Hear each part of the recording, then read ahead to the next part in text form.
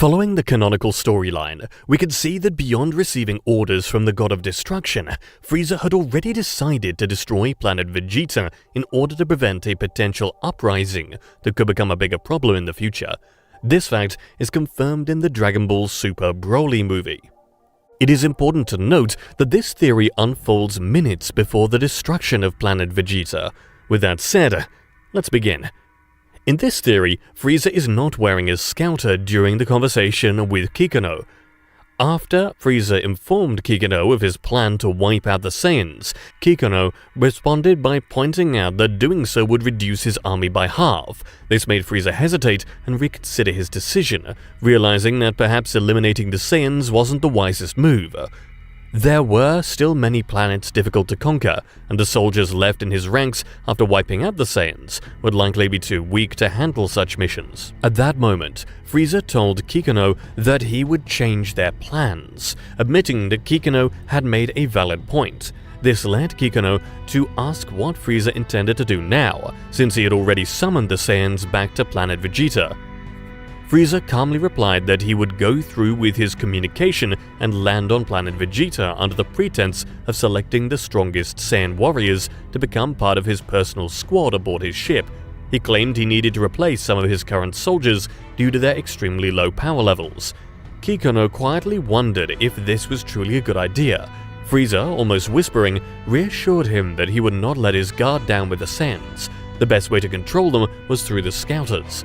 Anytime someone was caught speaking of rebellion, they would be assigned to a distant planet under the guise of a mission, only to be eliminated there, leaving no trace behind.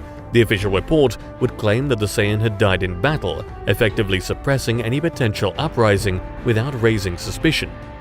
The ones tasked with carrying out this covert surveillance and extermination of traitors would be the Ginyu Force.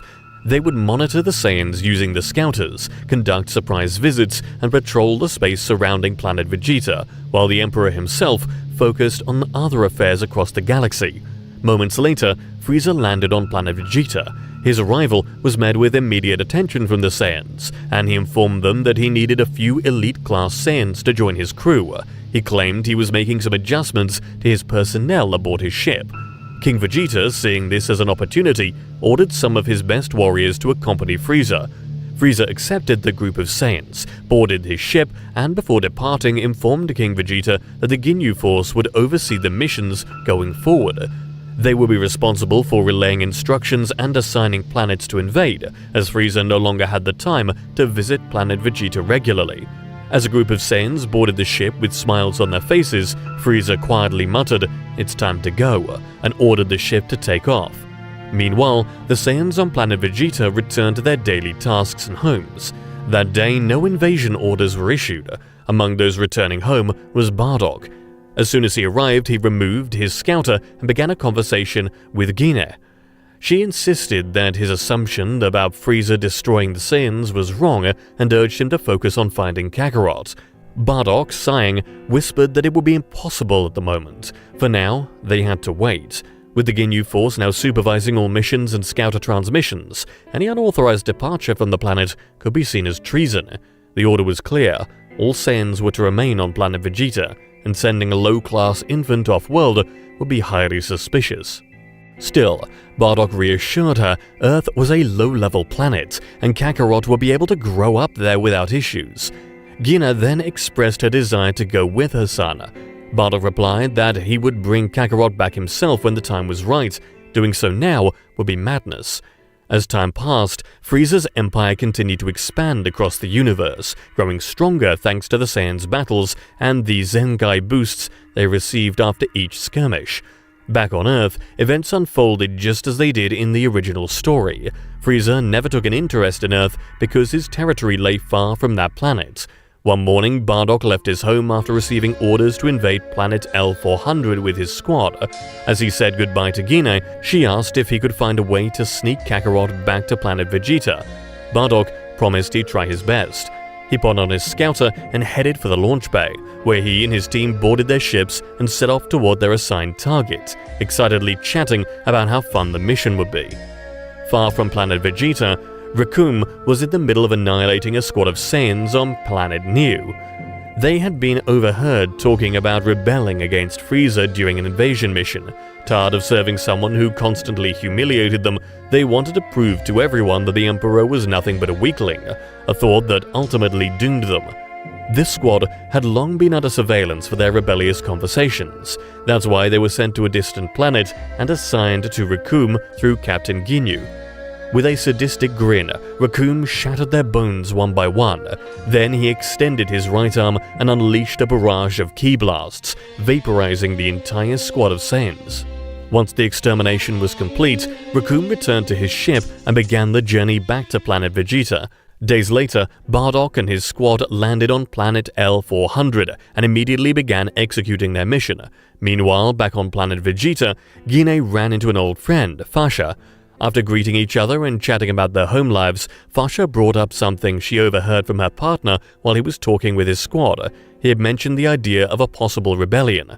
Gina reacted with concern, warning that if Frieza were to find out, it could be considered treason, and they might be demoted or worse. Fasha brushed off the concern, saying her partner wasn't careless with that kind of talk, but Gina insisted if he was wearing his scouter while speaking to his friends, Frieza could have heard everything. Fasha assures her that her partner never wore the scouter during private conversations. In fact, there had only been one occasion weeks ago when he forgot to put it away. Even then, nothing happened. No punishment, no orders. She added that her partner and his squad often discussed a plan to overthrow Frieza and put the Saiyan race on top of the universe. If the scouter had picked up anything serious, Frieza would have already acted. Gina nodded. "You're probably right. Maybe the scouter didn't transmit anything that day," she said. "Otherwise, it would be strange for Frieza to have taken no action until now." Fasha smiled and told Gina not to overthink it, then asked about Bardock. Gina explained that he was away on an invasion, but would likely be back in a couple of days. She asked about Fasha's partner in return, and Fasha replied that he'd been sent to Planet New. She then excused herself, saying she had work to do. Days later, Bardock and his squad completed their mission. They boarded their ships again, ready to return to planet Vegeta, and took a moment to rest during the journey home. Meanwhile, back on planet Vegeta, Recoome arrived and met with Captain Ginyu and the rest of the Ginyu force. Recoome reported that the mission had been successfully carried out. Then Guldo spoke up, mentioning something strange he'd heard a few days ago, a Saiyan couple talking about a baby. It seemed they had sent the child off-planet without official authorization. The red-armored soldier asked why he hadn't reported it earlier. Captain Ginyu interrupted, explaining that he had told Guldo not to report it yet. He wanted to learn more about the Saiyan named Bardock first.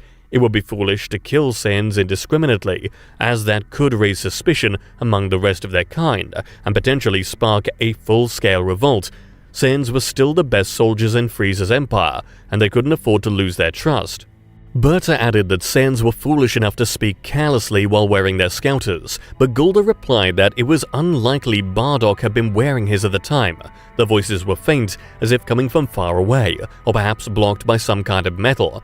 "That makes it even more suspicious," Ginyu said. "He's clearly more cunning than the others." So far, every Saiyan they had eliminated had been low class. Bardock and Gina were also low-class warriors. Guldo then offered to eliminate Bardock himself. Ginyu agreed, but only after learning the real reason why the child had been sent away from the planet. Days later, Bardock and his team landed back on planet Vegeta. After saying their goodbyes, each member returned to their homes, except for Bardock, who went straight to the palace to report their mission's completion to King Vegeta. Upon arriving at the palace, he was greeted by Captain Ginyu, who casually asked if Bardock wanted a few days off. Bardock agreed, and Ginyu told him to rest without worrying about Frieza or King Vegeta. He would inform both about Bardock's break, granted as a reward for his successful mission. Ginyu even said Bardock could leave the planet for leisure if he wanted, and a ship would be made available for him. Surprised but appreciative, Bardock thanked him and left for home. Ginyu watched him leave, then went to speak with King Vegeta. He advised the king not to assign Bardock or his squad to any new missions that week, as Frieza had approved a short leave. Once their conversation ended, Ginyu departed for space to meet with his troops. Back at home, Bardock removed his scouter and hid it before sharing the news of his break with Gina. She immediately told him to take the chance and retrieve Kakarot. Bardock agreed, noting that Ginyu had even granted him permission to leave the planet. Gina quietly urged him to go. Bardock accepted but said he would rest first. He'd go get Kakarot the next day. Hours later, Bardock woke up, got dressed, and prepared for his journey to Earth. After saying goodbye to Gina, he flew at full speed toward his ship, climbed aboard, and initiated takeoff, setting course straight for Earth. However, as the ship transmitted its coordinates to Frieza's base and the Ginyu Force's network, orders were quickly issued to dispatch Guldo to Earth. His mission: eliminate Bardock, the infant, and any other Saiyans who might be hiding there.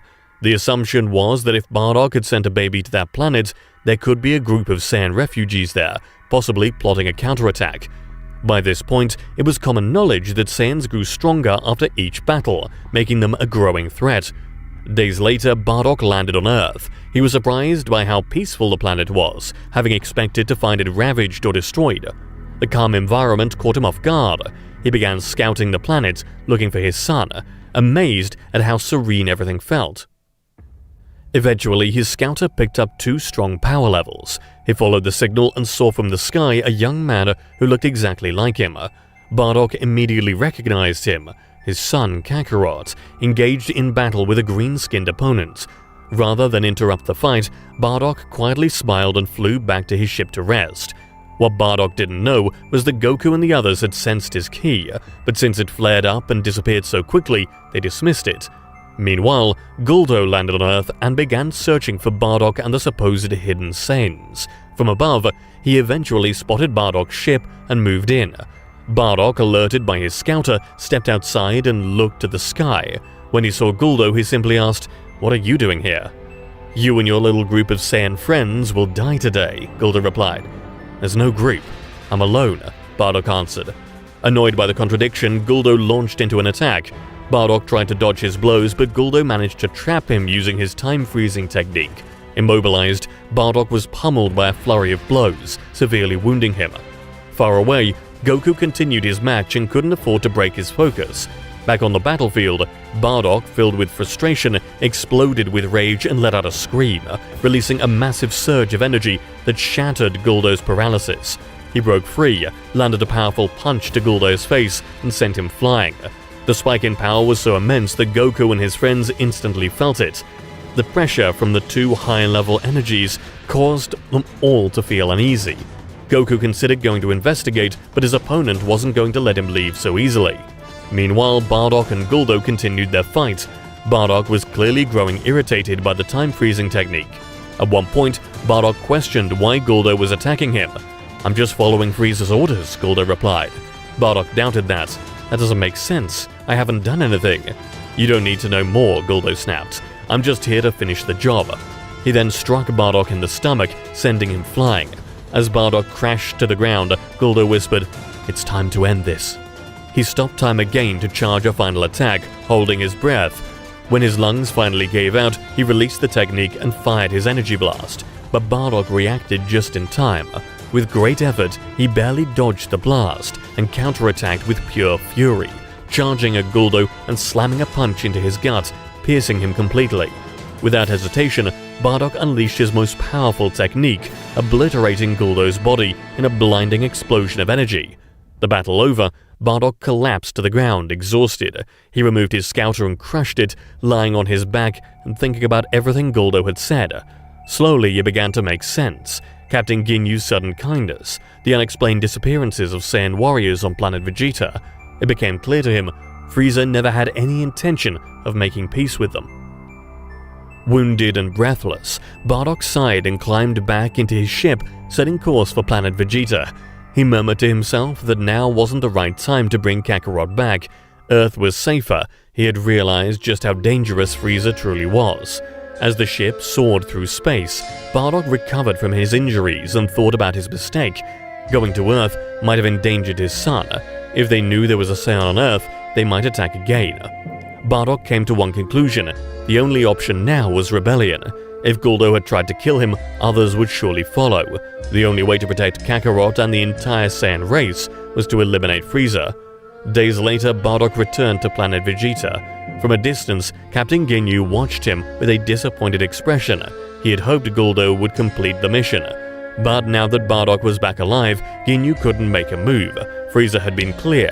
Saiyans were only to be exterminated off-planet to avoid raising suspicion. Frustrated, Ginyu met with his subordinates, informed them that Guldo had failed and Bardock likely knew they wanted him dead. Things were getting complicated. Ginyu now had no choice but to report the failure to Frieza. Days later, Ginyu stood before Frieza and explained what had happened. Frieza, visibly irritated, called it absurd that an elite soldier had lost to a low-class monkey. Ginyu bowed and begged for a second chance, promising there would be no more mistakes. Frieza, with a calm but ominous tone, replied, "Don't worry, this was bound to happen eventually. Saiyans are a warrior race. It was only a matter of time before they started to catch up to the Ginyu Force in terms of strength. But still, for an elite unit to fail like this, it's disgraceful." Ginyu lowered his head again in shame. "Prepare yourself," Frieza ordered. "That monkey we let live is surely planning something. For now, don't make a fuss. We still need the Saiyans to keep the Empire running. If we exterminate them all now, it could disrupt galactic trade." Meanwhile, back on planet Vegeta, Gine and Bardock were talking about Fasha's partner. Gine mentioned that it was strange he hadn't returned from his mission. According to Fasha, he had been sent to a low-threat planet. "What planet was it?" Bardock asked. "Planet Neo," she answered. Bardock was stunned. He had seen that name in the mission records. It was listed as a lifeless, resourceless planet not suitable for invasion. "That doesn't make any sense," Gine said. "Why send someone there?" Bardock's expression hardened. "It does make sense. They sent him there to eliminate him without a trace, just like they sent Guldo after me." Gine gasped. "Then they might try to eliminate you next." "They would have done it already," Bardock replied. "No, something's stopping them, and that something is Frieza. The pattern of disappearing Saiyans, it's starting to make sense. He's planning something, and we don't know what."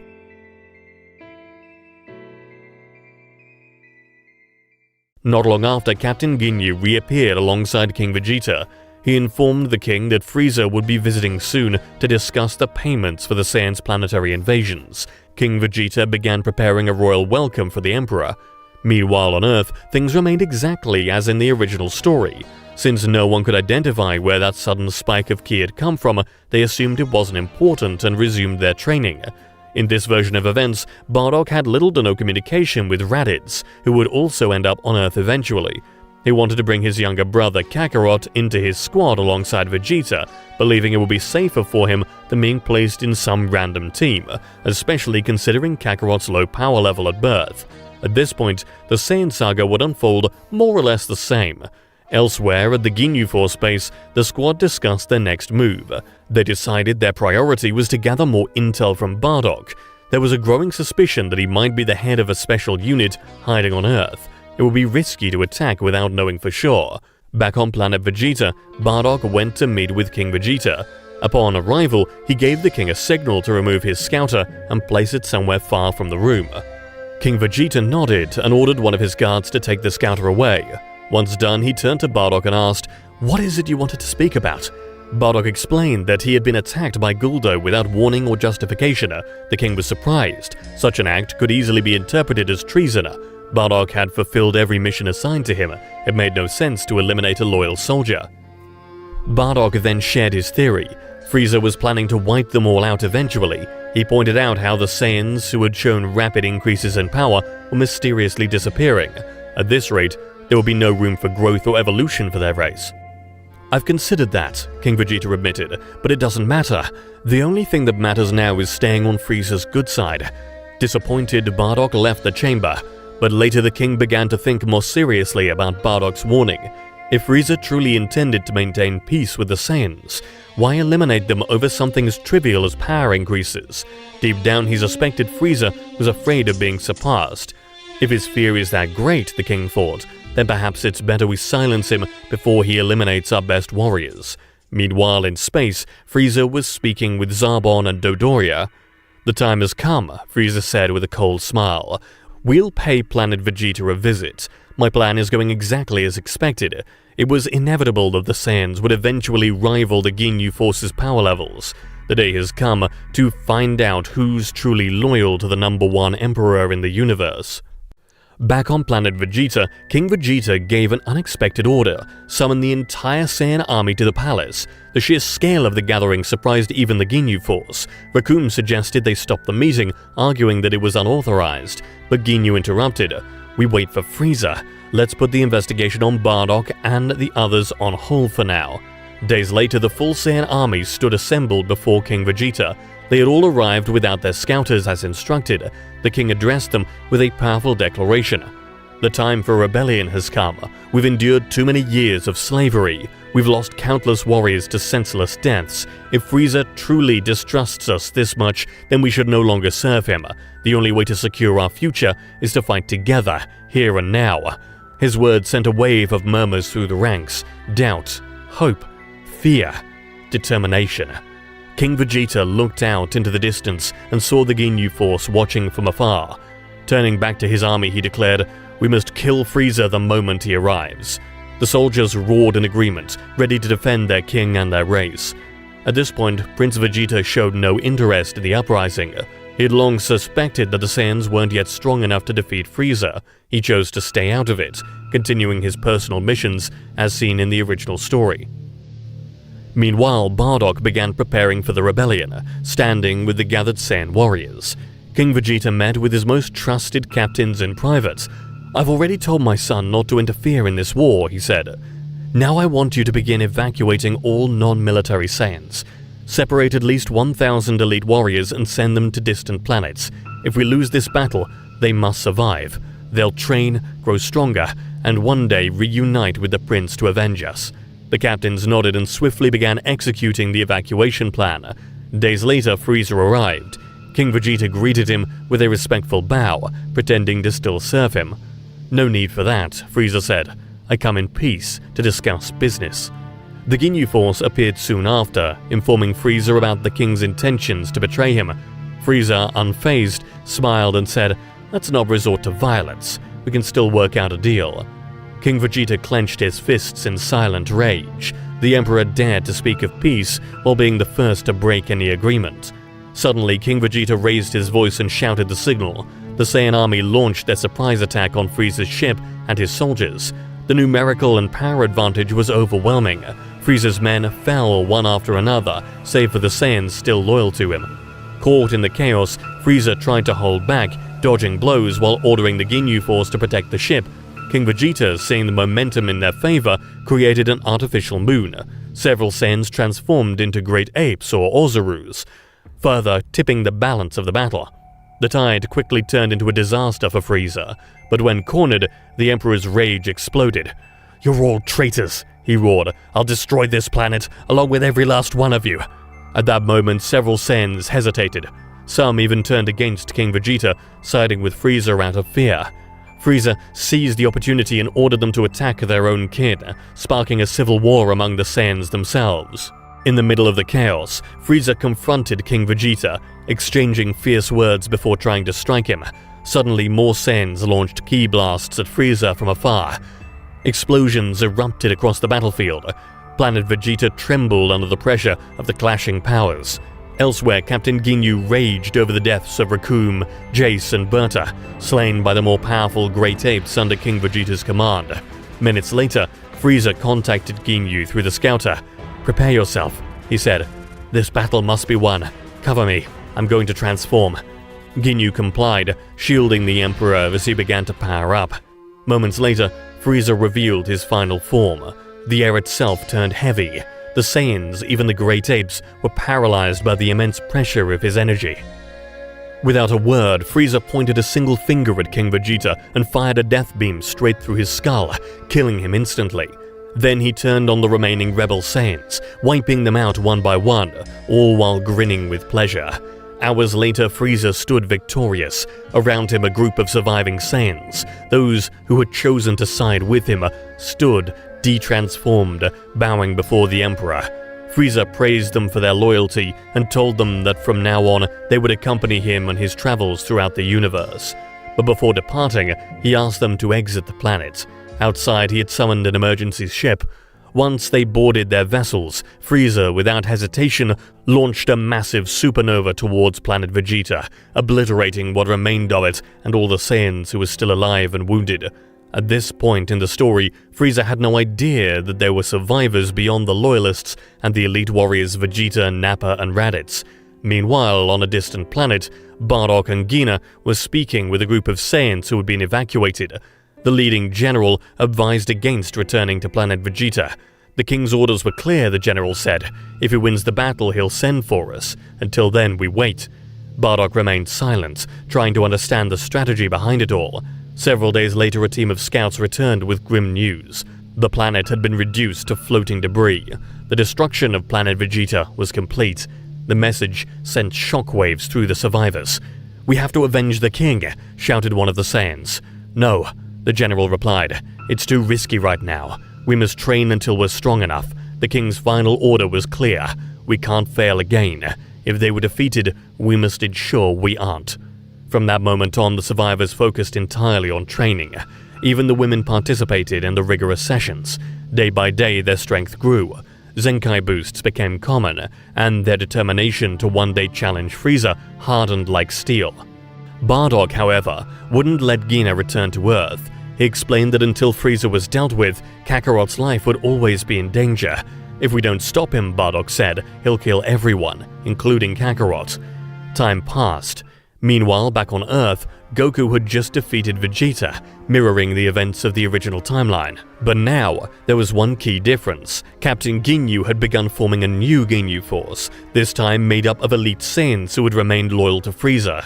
They were given special training to prepare them for their role. Elsewhere, Frieza had begun hearing rumors about the Dragon Balls. As in the original timeline, this led him to head to planet Namek in search of them. The events on Namek unfold similarly to canon: Vegeta's betrayal, Goku's recovery, and the battle against the Ginyu Force, now composed of newly trained Saiyan elites. After Vegeta defeated the Saiyan traitors aboard Frieza's ship and placed Goku in a healing chamber, the story continued just like in the original timeline, leading up to the brutal torture of Vegeta by Frieza in his final form. Meanwhile, on a distant planet, Bardock, Gina, and the surviving Saiyans had reached new power levels. Through constant training and life-or-death battles, many of them had broken the 100,000 power level threshold. Bardock approached the general. "I'm ready," he said. "It's time to destroy Frieza. Let's find him and finish this." But the general was hesitant. "We haven't spoken to Prince Vegeta yet. He's still under Frieza's command. One of Frieza's soldiers I captured told me as much." Bardock insisted. "We have to go. We've waited too long. If the prince sees us in battle, he'll join us. He must be stronger by now. He won't ignore our fight." The general finally nodded in agreement. "Prepare the ships," he ordered. "We leave for Frieza's nearest base." Soon after, dozens of Saiyan ships launched into space, heading toward Frieza's territories. At the same time on Namek, Goku stood face to face with Frieza. Their legendary battle was about to begin. Hours later, one of the Saiyan squads scouting Frieza's bases located one of his strongholds. They landed and launched a surprise attack, easily defeating the traitorous Saiyans stationed there and destroying the base. Before leaving, they interrogated one of the survivors. "Where is Frieza?" the general asked. The traitor, trembling, confessed, "He went to Namek. He's trying to get something powerful, the Dragon Balls." The general didn't hesitate. He incinerated the traitor and ordered his warriors to steal the technology and supplies. They found a massive ship capable of carrying the entire army and began loading it with their personal crafts and resources. With everything ready, the Saiyans boarded the large vessel, blasted the remains of the base to dust, and set their course for Namek at full speed. As the ship soared through space, Bardock turned to the general. "I can't wait to see Frieza fall," he said. "That day will mark the beginning of a new era." The general looked at him seriously. "Then prepare yourself. This is the final battle. According to the traitor, Prince Vegeta is with Frieza. We can only hope he joins us when the time comes." Moments later, Goku transformed into a Super Saiyan, beginning his fierce battle against Frieza, while Gohan, Piccolo, Bulma, the revived Namekians, and Vegeta were being teleported back to Earth. The fight between Goku and Frieza was intense and even. At the same time, Bardock's massive ship approached planet Namek. From the ship's scanners, the Saiyans could see the devastated state of the planet. The general frowned. It's possible Frieza already left, or maybe he's facing some incredibly strong warriors. He ordered the army to remain inside the ship. He would go alone to investigate. Bardock protested, "I want to go with you." "No," the general replied, "it's too dangerous." But minutes later, Bardock secretly escaped through the emergency hatch. He didn't want to miss the chance to confront Frieza and settle the score after the attempt on his life by the Ginyu Force. By now, Frieza was struggling to keep up with Goku's power. From the sky, the general's ship quietly descended and he stepped out, scanning the battlefield. What he saw shocked him. A pale-skinned being completely different from the Frieza he remembered, fighting a golden-haired warrior. "Is that Frieza?" the general whispered, stunned. At that moment, Frieza sensed the Saiyan's presence and attempted to fire a blast at him. The general barely managed to dodge it, stunned by the sheer force of the attack. "That thing really is Frieza," he gasped, interrupting the duel between Goku and the Emperor. Frieza smirked. "Yes, this is my final form, the true Emperor of the universe." He moved to finish off the general with a brutal punch, but Goku intercepted the attack just in time. "Get out of here!" Goku shouted. "It's too dangerous." The general, panting, answered, "I trained for this moment. I came to end Frieza after what he did to my people." His energy surged in rage, and he charged at Frieza, but the Emperor recovered quickly and struck him in the stomach, sending him crashing across the battlefield. Seeing this, Goku dashed forward and pushed Frieza back, shouting to the injured Saiyan, "Get out of here now!" Just then, another Saiyan, one who looked remarkably like Goku, appeared from the sky and caught the wounded general, diverting Frieza's next energy blast with difficulty. "Who are you?" Bardock asked, still holding the general. Goku turned and yelled, "I'm a Saiyan raised on Earth. My name is Goku, but my Saiyan name is Kakarot." Bardock froze, heart racing. He murmured the word, "Son?" He carried the general to their main ship in orbit and told the soldiers, "Help him recover. We have a new ally, one who's fighting for all of us." The Saiyans on the ship wanted to return to the battlefield and avenge their general, but he, struggling to breathe, stopped them. "No, don't interfere," he said. "The legend, the Super Saiyan, he's real. He's fighting for all of us. Let him finish it." Back on Namek, Bardock pleaded with the general to let him return to the battlefield to fight alongside his son. The general nodded. "Go. Be there for him." Bardock returned to Namek just in time to watch Goku overpower Frieza. With pride swelling in his chest, Bardock stood silently as Goku unleashed his fury. Frieza, desperate and broken, launched his own technique recklessly. The attack backfired, cutting his own body apart. Bardock, seeing his chance, charged and attacked to finish him off, but Goku stopped him.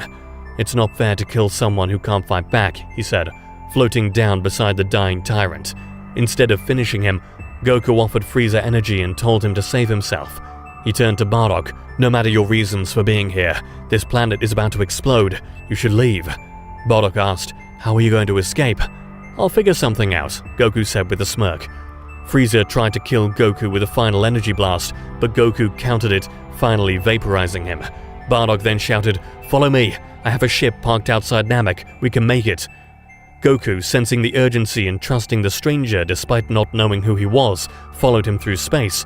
They boarded the ship, a design similar to Frieza's, and Goku was met with surprised expressions from all the Saiyans on board. Bardock ordered the crew to take off at full speed. Namek's about to explode. Hours later, after escaping the destruction of Namek, Bardock finally told Goku the truth about Planet Vegeta, the rebellion, and why he never came for him. Goku, surprised, shared his own story, growing up on Earth, the battles he fought, and the friends he made. The general, now recovered, approached Goku and said, "You're an incredible warrior. You could serve as the prince's right hand." But Goku shook his head. "Thanks, but I have a life on Earth. I don't want to work for anyone."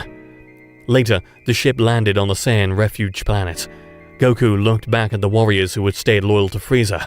"I saw other Saiyans fighting for him on Namek." The general nodded. After Planet Vegeta was destroyed, a group joined him. To us, they're traitors. Bardock took Goku to see Gina. She ran to him with tears in her eyes. "I waited so long for this moment," she said, embracing him. Goku hugged her back and smiled. Later, Goku told his parents about everything he had been through and explained that he would need to return to Earth.